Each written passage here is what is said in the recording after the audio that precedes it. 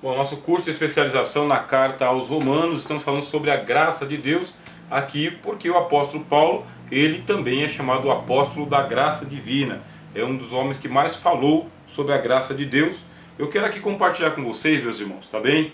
Um texto que está nesse livro, Documentos da Igreja Cristã. A doutrina de Agostinho, bispo de Hipona, sobre a graça, tá bem? Aqui eu tenho o livro do Santo Agostinho, tá, meus irmãos? Quando vocês puderem, comprem esse livro também. Aqui é o livro Confissões de Santo Agostinho, tá bom? Então eu vou ler aqui para vocês o que Agostinho escreveu nas suas confissões. Não tenho a mínima esperança, a não ser em tua grande misericórdia. Concede o que exiges e manda o que for de teu agrado. Tu nos ordenas a continência, mas eu sei que não poderei obter a continência se Deus não a der. E isto já é um efeito da sabedoria, o saber de quem vem este dom. Sem dúvida, mediante a continência, somos reunidos e devolvidos à unidade, da qual nos desencaminhamos para a multiplicidade. Tampouco te ama quem alguma coisa amar fora de ti, ou não amar por amor de ti. Ó amor, que nunca te extinguistes e sempre ardestes. Ó caridade, meu Deus, inflama-me. Tu mandastes a continência, concede o que mandastes e manda o que te aprouver. Então esse texto de Agostinho está dizendo que Deus manda a gente fazer alguma coisa, mas o que Deus manda é necessário que Ele nos dê a condição para que a gente faça aquilo que Ele está mandando a gente fazer. Aqui no caso a continência. O apóstolo João vai dizer o seguinte: nós amamos a Deus, mas a gente não amou primeiro. Nós o amamos porque Ele nos amou primeiro. Então Deus provoca em nós o amor. O apóstolo Paulo vai dizer: o amor de Deus nos constrange. É um amor que nos constrange. Tudo que o Senhor Deus vai pedir para nós, Ele vai colocar em nossas mãos. Então Ele coloca em nossas mãos e diz: vai lá e apresenta ao sacerdote. Não tem como nós entregarmos algo para Deus se Deus não colocar em nossas mãos primeiro. Ele diz: não estão vendendo 2 passarinhos no mercado por 1 ceitil? Em verdade vos digo, nenhum deles cairá por terra sem o consentimento do vosso Pai. Aqueles 2 passarinhos que são vendidos por 1 ceitil é para ser sacrificado lá no templo. Então antes que ele seja sacrificado lá no templo, Deus tem que conceder que a pessoa compre o passarinho e que tenha o ceitil no bolso para pagar pelo passarinho, porque nenhum deles cairá por terra sem o consentimento do vosso Pai. Até os cabelos da vossa cabeça estão todos contados. Que quem de vós, com todas as suas preocupações, poderá acrescentar 1 hora ao seu curso de vida? Se vós não podeis as mínimas coisas, por que vos preocupais com as demais? Diz o nosso Senhor Jesus. O que isso significa? Que nós estamos experimentando a graça soberana de Deus, meus irmãos.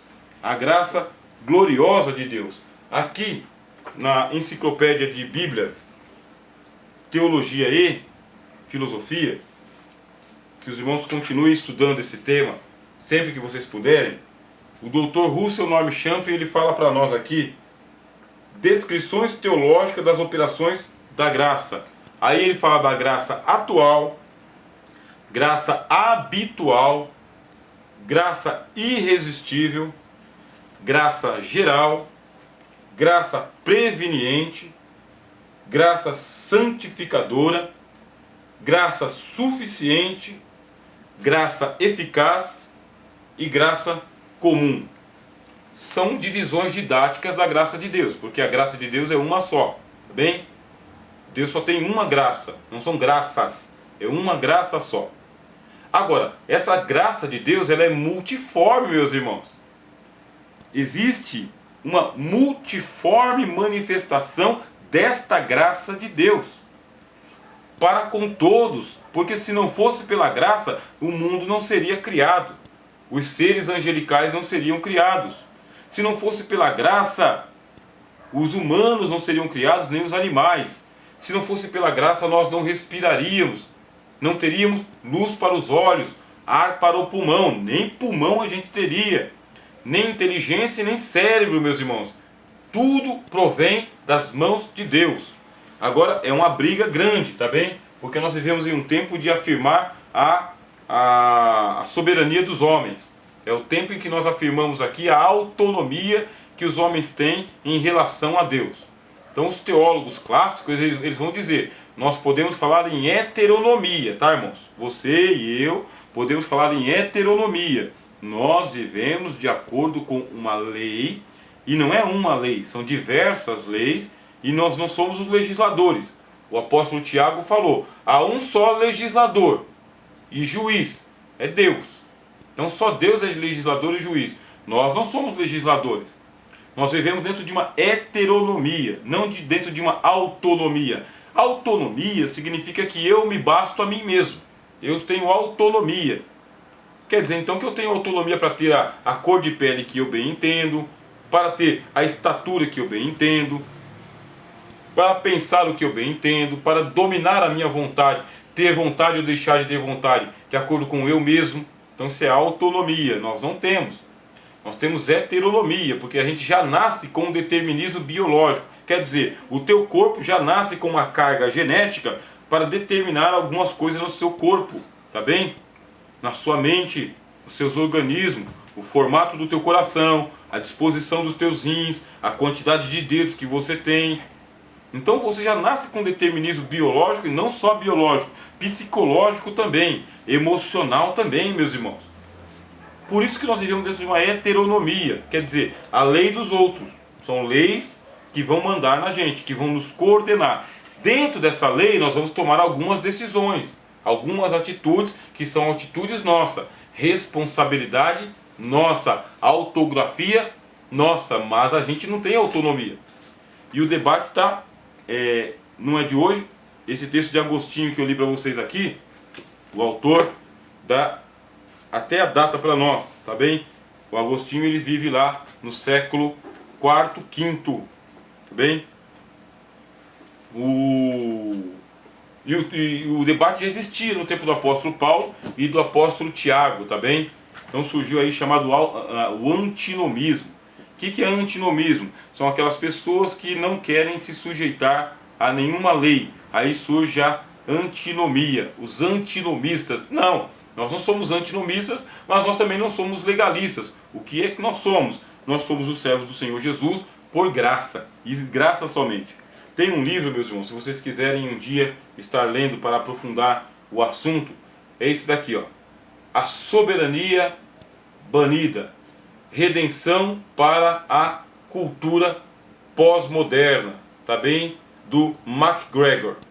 Então, a soberania banida vai dizer dessa resistência que existe dos homens em assumir a sua plena dependência diante de Deus.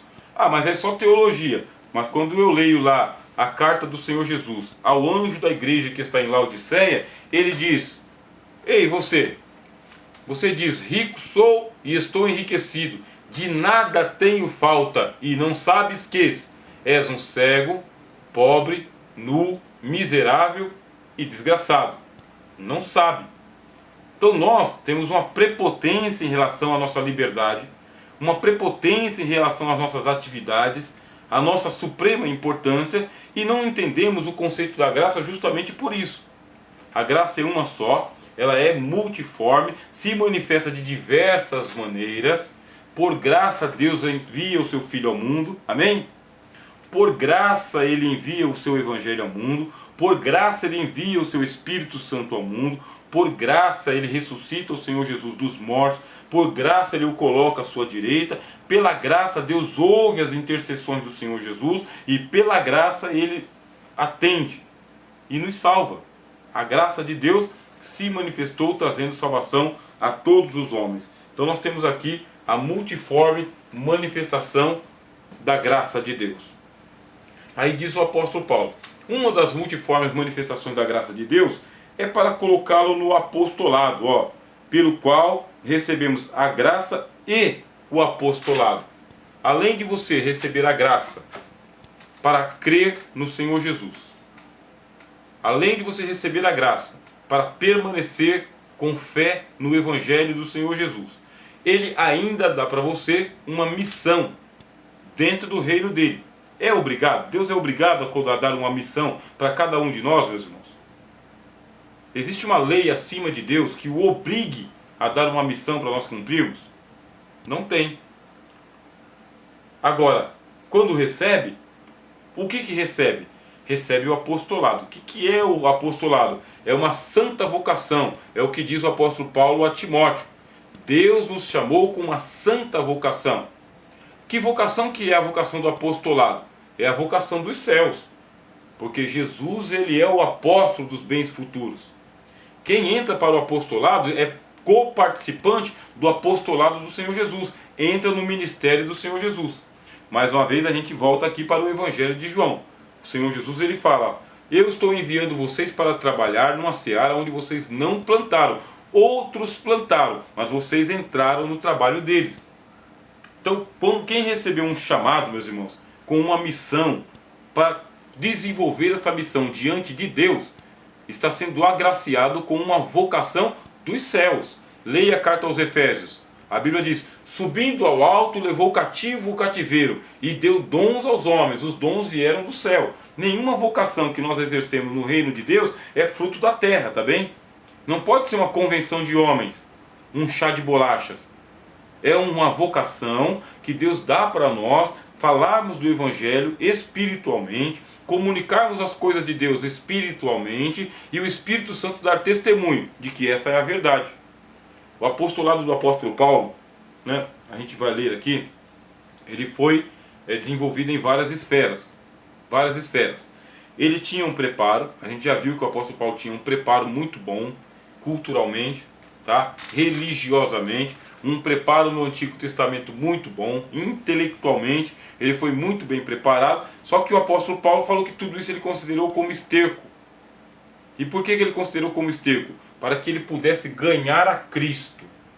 Então, colocando o que ele tinha e o que ele não tinha, ou o que ele tinha e o que era Cristo, o dele era irrisório. E ele colocou tudo isso aí na balança, ou considerou como esterco, para que pudesse ganhar a Cristo, ter conhecimento de Cristo.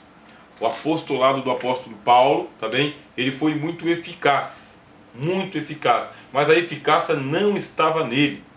Vamos lembrar no que ele falou para nós lá na carta aos Coríntios. Ele disse que ele recebeu um espinho na carne. Pronto. O que é o espinho na carne do apóstolo Paulo? Ele explica, a saber, um mensageiro de Satanás que foi enviado para me esbofetear. Então, um mensageiro de Satanás esbofeteava o apóstolo Paulo, acerca do qual eu orei por 3 vezes para que o Senhor Deus o afastasse de mim. Por 3 vezes, o grande apóstolo Paulo pediu para Deus afastar um inimigo que o esbofeteava, meus irmãos. Era um espinho na carne. Aí, ao invés de Deus afastar o inimigo que estava esbofeteando o apóstolo Paulo, a resposta foi outra. É a resposta que diz: a minha graça te basta, porque o meu poder se aperfeiçoa na fraqueza, pelo que me gloriarei nas minhas fraquezas, porque quando eu estou fraco, é que eu estou forte. Aí nós temos um problema, meus irmãos, conforme nós vamos sendo usados em nosso apostolado, tá bem? O profeta que é usado na profecia, o irmão que é usado na revelação, no louvor, na pregação, vai acontecendo um inchaço do ego. Vai acontecendo um inchaço do ego. Sempre vão haver aplausos, tá bem?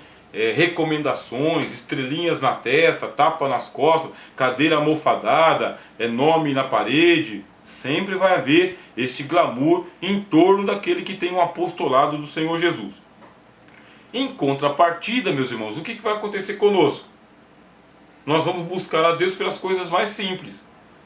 Enquanto está todo mundo gabaritando você, achando que você é muita coisa, olha só quantos quadros na parede que ele tem, quantos livros que ele tem lá na estante, veja só. Aí o irmão Rogério tem que colocar o joelho no chão e esperar uma vida para ter uma resposta de oração. Uma vida. Então o apóstolo Paulo, meus irmãos, o que acontece? A Bíblia diz que ele orava ao Senhor Deus e esta oração, ela chegava até Deus. Só que a resposta que ele queria, a resposta não vinha do jeito que ele queria. A graça de Deus o assistia em todas as suas tribulações. Na segunda carta aos Coríntios, o apóstolo Paulo fala que ele era atribulado para que receber a consolação de Deus, para que depois ele pudesse consolar os irmãos com a mesma consolação com que ele mesmo foi consolado. Porque o que acontecia com o irmão A e B, acontecia com o apóstolo Paulo também. Não tem nada de especial, meus irmãos. O apostolado, que é uma missão divina, que vem dos céus e que unge a cabeça do homem, é importantíssimo como instrumento para fazer a vontade de Deus, mas não é uma blindagem contra as aflições dessa vida, tá? Então, irmão e irmã que está aí ofegante na obra do Senhor, fica aflito na obra do Senhor, faça o seu trabalho para Deus e faça ele bem feito, tá bom? Faça com esmero, com dedicação, com qualidade, com alegria na alma, faça o seu trabalho, não abandone o arado que Deus colocou na sua mão. Dizem os famosos, sabe, da teologia cristã, que quando você estiver de joelhos diante de Deus, ore como um calvinista. Ore como um calvinista, como se tudo dependesse de Deus, meus irmãos. Ore mesmo, se derrame diante do Senhor. Tudo depende do Senhor, tudo é dele, por ele e para ele. Sem ele, nada do que foi feito se fez. Quando você se levantar da oração, trabalhe como um arminiano, tá bem? Trabalhe como se tudo dependesse de você. Como se tudo estivesse ao alcance das suas mãos, ou então dependesse do seu esforço. A graça de Deus vai te assistir. Então o apóstolo Paulo é o exemplo para nós de que, embora ele tivesse assim um ministério dado por Deus, isso, meus irmãos, dependia muito do esforço humano dele. E muito esforço mesmo. A graça de Deus iria assisti-lo. Então os irmãos dizem assim, então, irmão David, sobre predestinação, isso é verdade? A predestinação é uma verdade, tá, meus irmãos? A gente não compreende, mas a predestinação ela é uma verdade. Não compreendo, eu aceito e não combato, mas a liberdade humana também é uma doutrina bíblica, é uma verdade. A autonomia humana não, mas a liberdade sim. Então não confundir liberdade com autonomia, tá bem? A predestinação existe porque o apóstolo Paulo usou essa palavra aí na carta aos Romanos e na carta aos Efésios, tá? Essa palavra está no vocabulário do apóstolo Paulo. Eu não sou louco de negar uma doutrina bíblica só para provar a minha teologia pessoal. Eu não vou fazer isso não. As pessoas dizem que era a doença os problemas. Isso é o espinho na carne, o que dizem. Mas era uma espécie de demônio ou o quê? Então o apóstolo Paulo não fala que é um demônio, fala que é um mensageiro de Satanás. E ele usa lá uma metáfora dizendo que era um espinho na carne. Era algo que lhe doía. Alguns vão dizer que podia ser uma doença do corpo. Não, Adriano, agora não. Tá? Alguns vão dizer que era uma doença no corpo, mas é uma conjectura. Nós não sabemos. Agora, vamos lá. Vamos existencializar o texto. O que é existencializar? Traz para você, traz para o pessoal. Quem não tem um espinho na carne, um problema que não se resolve? Você arrasta o bonde, você arrasta uma vida lutando contra um problema na carne, meus irmãos. Uma doença na mente, sabe? Uma depressão, uma tristeza, uma melancolia, sabe? Uma inaptidão. Tem gente que é inapto, simplesmente inapto. Arrasta os seus problemas. Então nós, meus irmãos, vamos pedir a Deus: Senhor, me livra desse problema, me livra desse espinho na carne. Eu não quero conviver com isso, eu dependo disso. Se o Senhor tirar isso, eu vou fazer aquilo. Aí o Senhor Deus fala o seguinte: eu não vou tirar não, vou te dar a graça e você com o teu problemão aí, você vai fazer as coisas no reino de Deus. Ah, Senhor, eu vou cruzar o braço e não vou fazer. Mas o espinho continua, meu irmão. Você fazendo ou não, o espinho continua. Agora a graça também continua. Então a graça de Deus vai lhe assistir em todas as suas tribulações, doendo, chorando, gemendo ou não. Agora não significa que não existam momentos de consolação, tá? De alívio das cargas. Eu creio nisso, tá? De vez em quando a gente é aliviado. Vinde a mim, cansados e sobrecarregados, e eu vos aliviarei, disse o nosso Senhor Jesus Cristo. Então o apóstolo Paulo está dizendo: pelo qual recebemos a graça e o apostolado. Tá bom, eu recebi a graça e o apostolado. Para quê? Nós vamos fazer uma pequena pausa e nós já voltamos aqui para a próxima parte do versículo. Para que o apóstolo Paulo recebeu o apostolado.